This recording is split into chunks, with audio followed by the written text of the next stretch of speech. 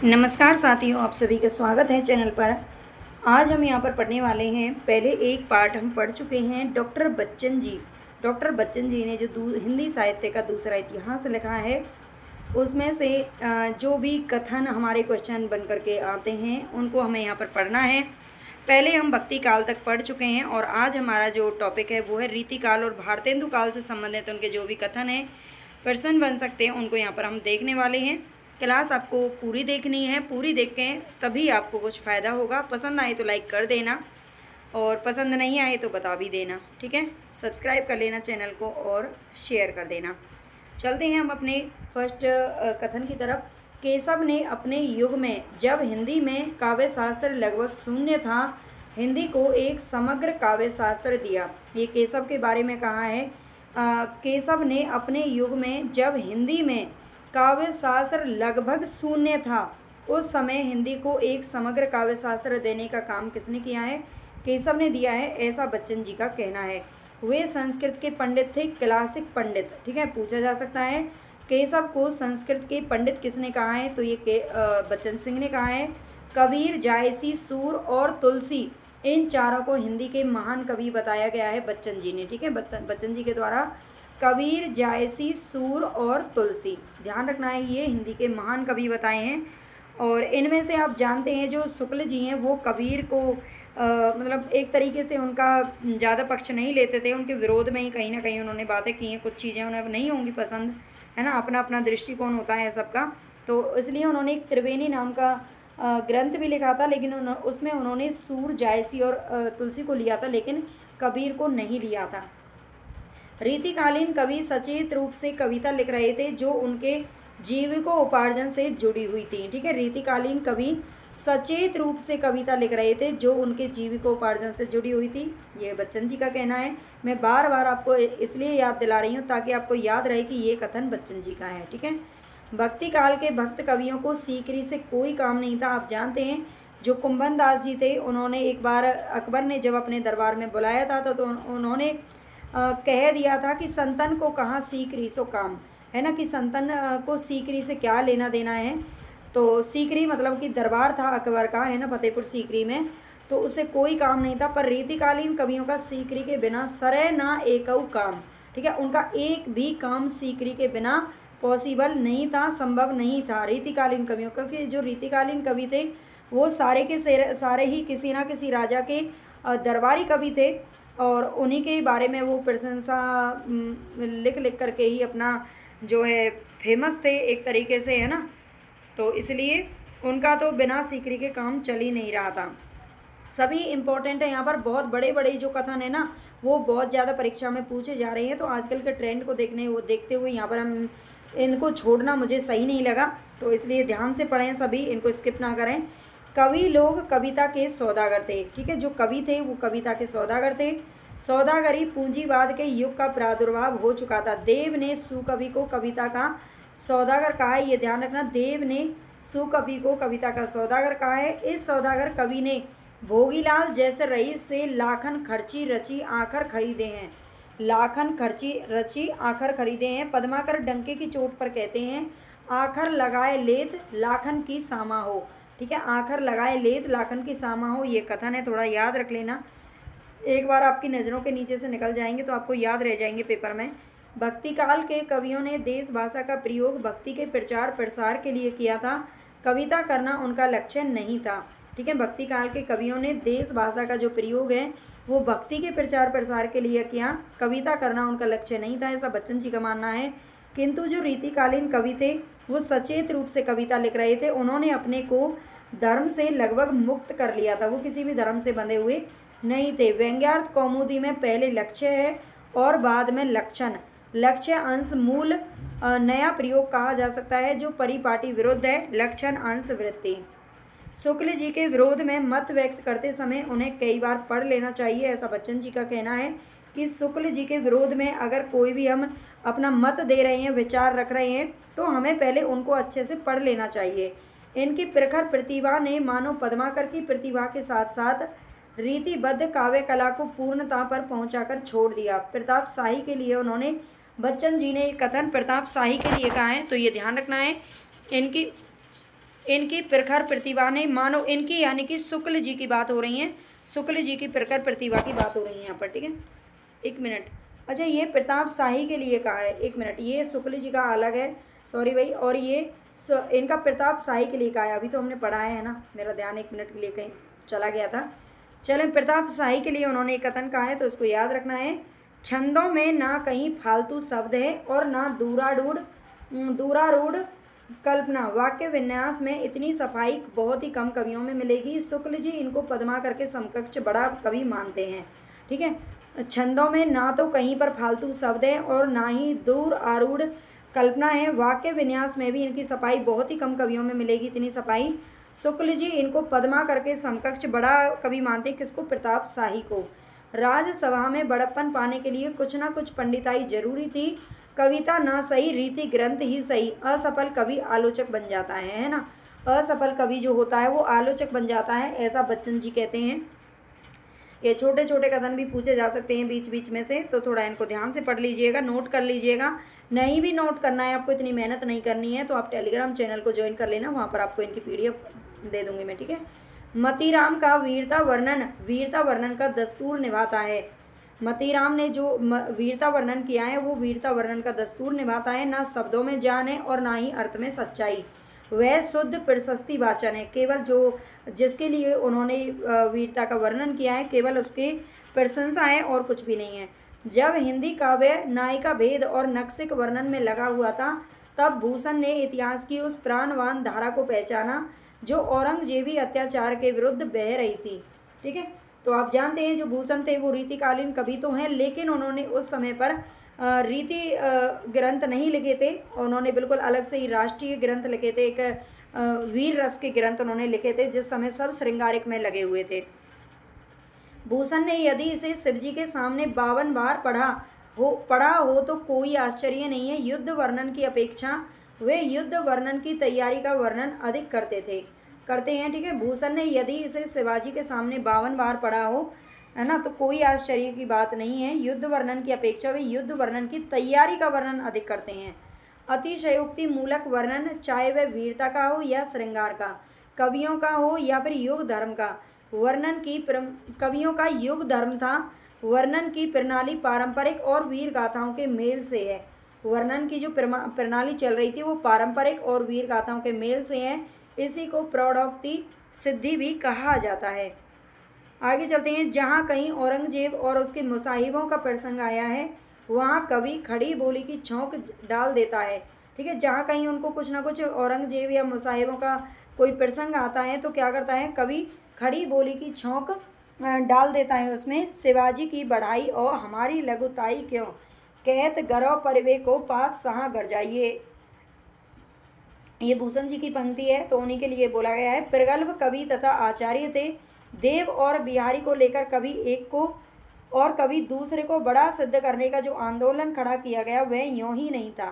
देव और बिहारी को लेकर के देव बड़ा या बिहारी बड़ा, इस बात पर भी विवाद चल रहा था। उनकी कविताओं में स्वच्छंदता की जो प्रवृत्ति मिलती है वह उन्हें घनानंद के निकट लाकर खड़ा कर देती है। ये देव के बारे में कथन कहा गया है।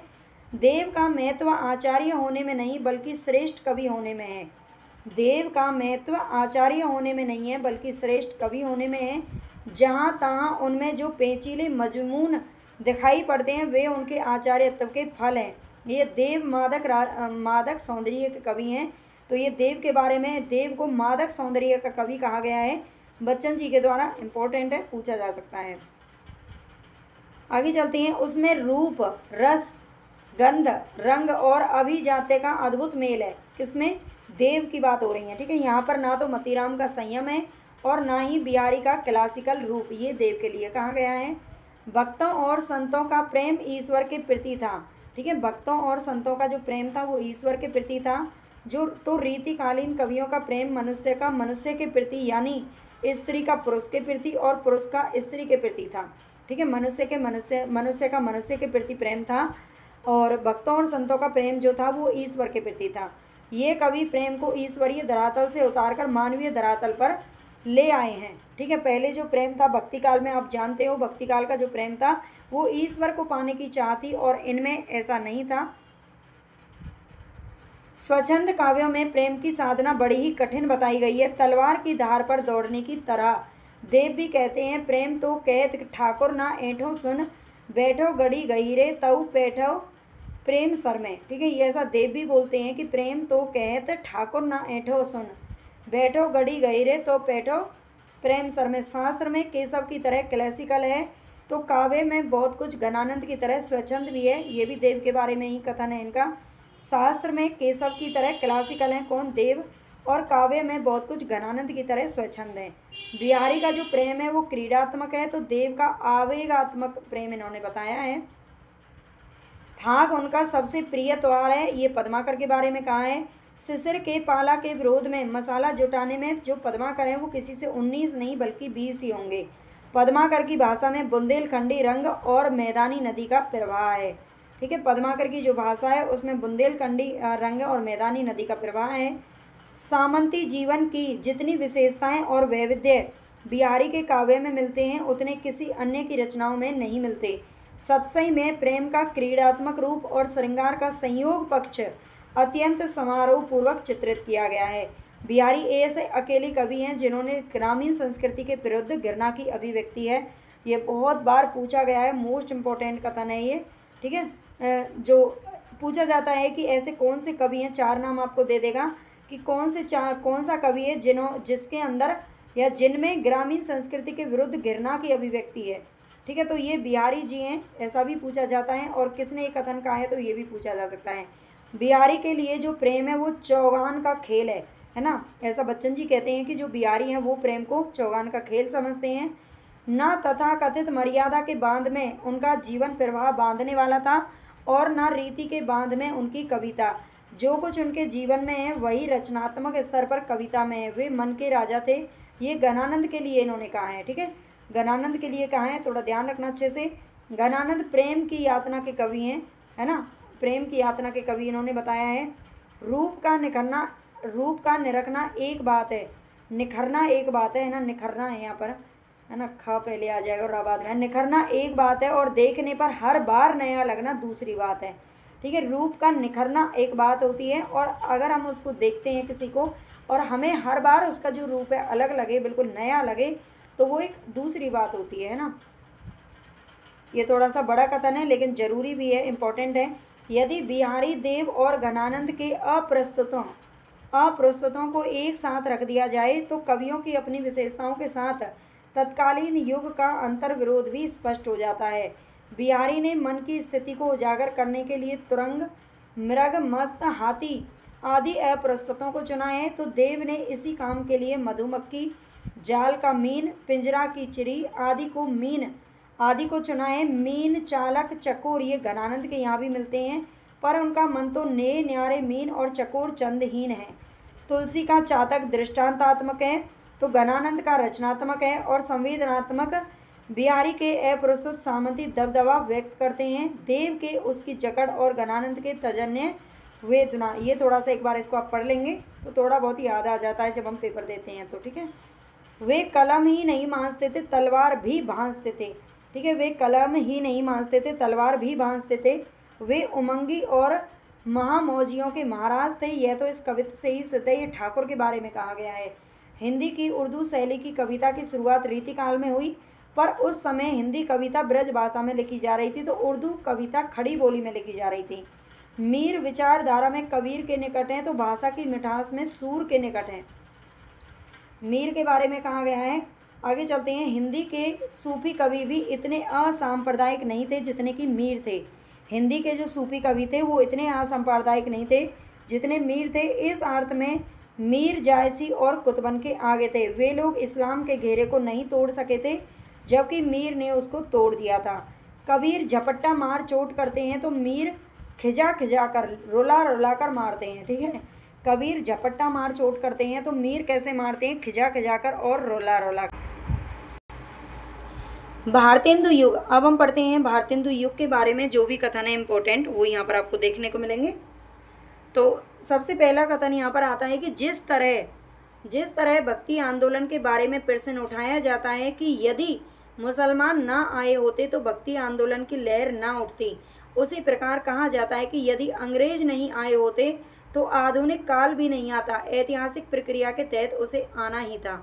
ठीक है, तो आप जानते हैं जो मुगल हैं, ऐसा शुक्ल जी का भी कहना था कि यदि मुसलमान नहीं आए होते या मुसलमानों के आक्रमण उस समय नहीं हुए होते तो भक्ति काल नहीं होता। ठीक है, तो ऐसा ही अंग्रेज नहीं आए होते तो आधुनिक काल नहीं आता, ऐसा बच्चन जी कहते हैं।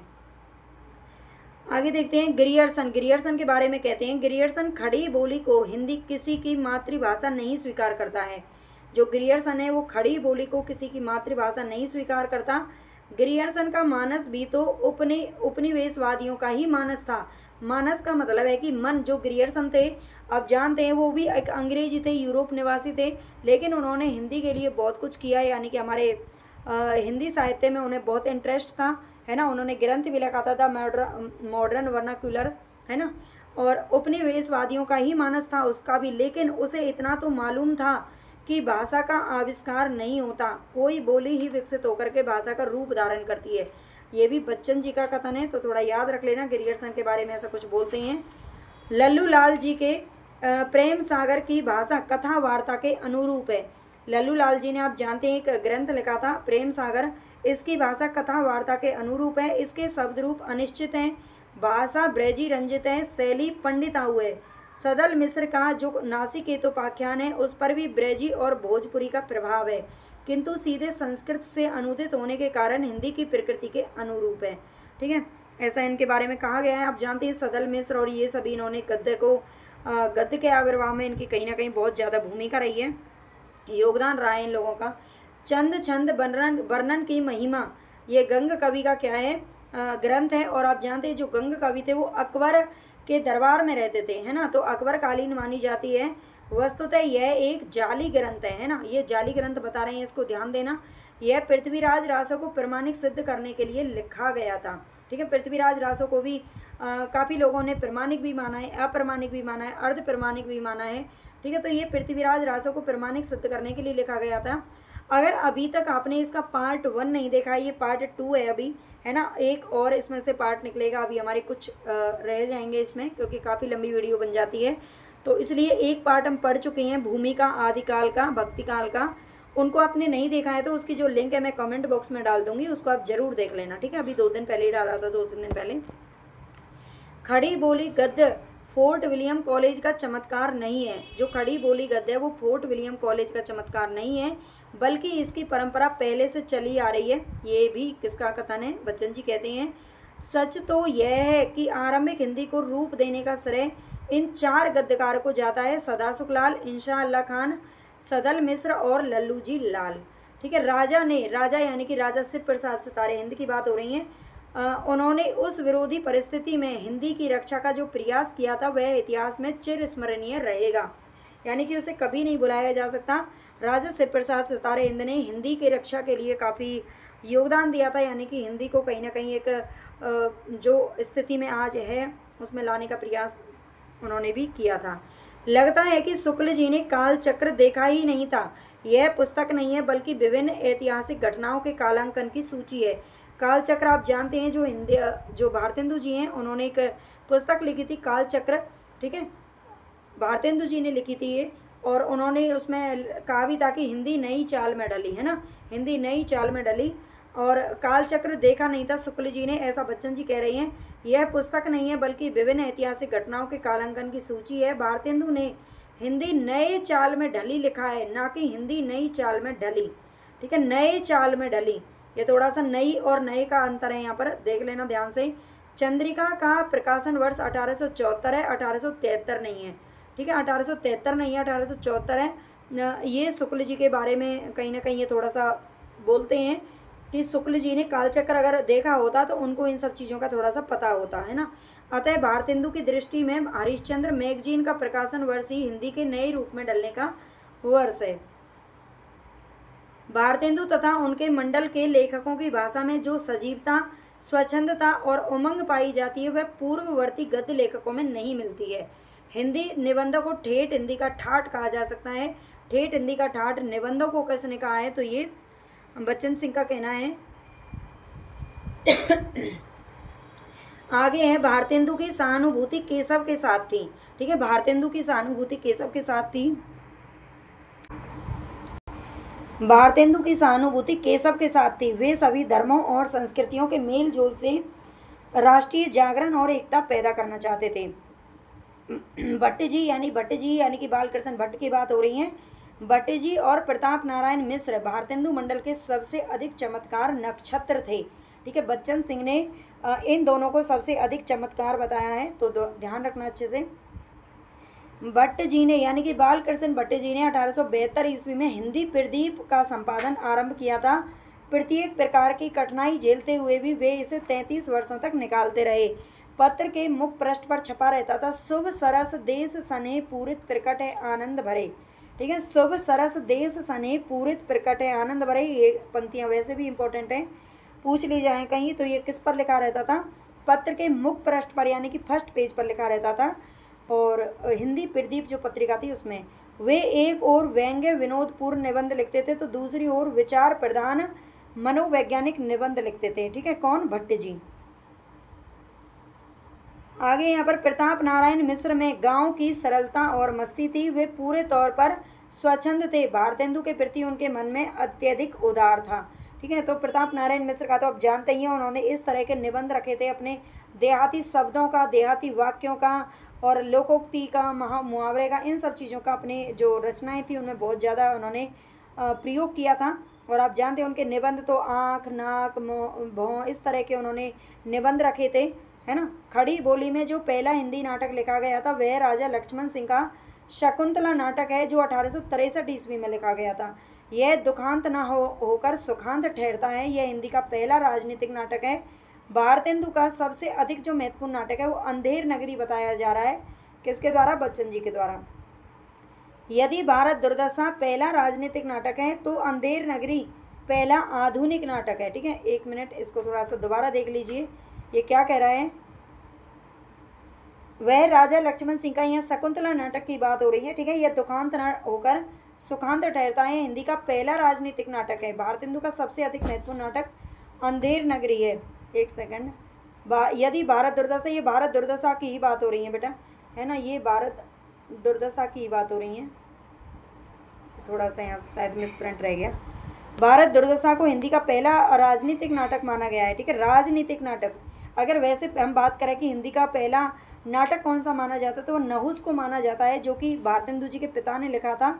लेकिन यहाँ पर राजनीतिक नाटक की बात हो रही है तो भारत दुर्दशा को माना जाता है। ठीक है, यदि भारत दुर्दशा पहला राजनीतिक नाटक है तो अंधेर नगरी पहला आधुनिक नाटक है। भारत दुर्दशा का रूप बिंब है क्रूर, आधा किस्तानी आधा मुसलमानी, हाथ में नंगी तलवार लिए हुए। प्रेमचंद के आदर्शों उन्मुख यथार्थ की गंगा की गोमुखी यही है। कौन सा? परीक्षा गुरु। परीक्षा गुरु उपन्यास आप जानते हैं 1882 ईस्वी में ये प्रकाशित हुआ था।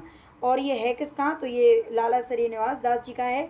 और कहते हैं कि प्रेमचंद ने जो अपने उपन्यास वगैरह जो लिखे थे, आदर्श उन्मुख यथार्थवाद जो उनका रहा है उनके विषय में, तो ये गंगा, इस गंगा की गोमुखी कौन सी है? तो परीक्षा गुरु। परीक्षा गुरु से इन्होंने काफ़ी कुछ प्रेरणा ली है। वास्तविक आलोचना का शुभारंभ या समारंभ बालकृष्ण भट्ट के निबंधों से होता है। भट्ट जी हिंदी के पहले आलोचक बताए गए हैं। किसके द्वारा? बच्चन जी के द्वारा। और संयोगिता स्वयंवर पर लिखी गई उनकी आलोचना, पहली आलोचनाएं 1886 ईस्वी में लिखी गई थी। ठीक है, संयोगिता स्वयंवर किसका है? तो ये भी लाला श्रीनिवास दास जी का है। भट्ट जी का दृष्टिकोण आधुनिक है तो प्रेम घन का पुरातन और पिटा हुआ है। ठीक है, ये थोड़ा ध्यान रखना, इंपॉर्टेंट है सारे ही। फिर भी उनकी दृष्टि समसामयिक विषयों पर अधिक जमी है। एक प्रकार से वे भारतेंदु के अनुकर्ता थे। तो यहाँ पर हमारा कंप्लीट हुआ। इसका एक और पार्ट अगर आपको चाहिए तो कमेंट में ज़रूर बताइएगा, फीडबैक ज़रूर दिया करो भाई, है ना। एक पहला पार्ट आप देख लेना, मैं उसकी कमेंट बॉक्स में लिंक डाल दूँगी उस वाली वीडियो की। ठीक है, उसको भी देख लेना और इसको भी अच्छे से पढ़ लेना। ये याद करना बहुत ज़रूरी है, आप कोई भी एग्ज़ाम अगर दे रहे हो तो। ठीक है, टेलीग्राम चैनल ज्वाइन कर लेना अगर आपको इसकी PDF चाहिए तो। धन्यवाद।